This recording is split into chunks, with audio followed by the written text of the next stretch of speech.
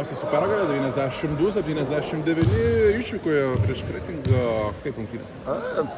Įdomi šiaip iš tiesų, jaunimas su fanais, pradžioj būgnai mušė, galbūt ir ta pirmoji kėlinio pradžia tokia buvo mums sunki, dėl to priešininkų fanų palaikymų ir gausos. Tas ketvirtas kėlinys, jo metu antroji pusėje pavyko perlaužti galų galę varžovus.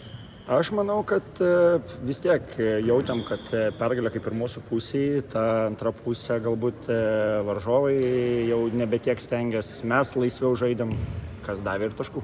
Tas suolas nebuvo ilgiausias, atrodo net padusę, dalis vaikinų buvo. Jo, tai pas mus yra ta bėda, turim tą savo naštą, kurią nešam, bet pasiteisinimų turim dabar, kai bus pusfinaliai finalai, tikėkime būsim visi.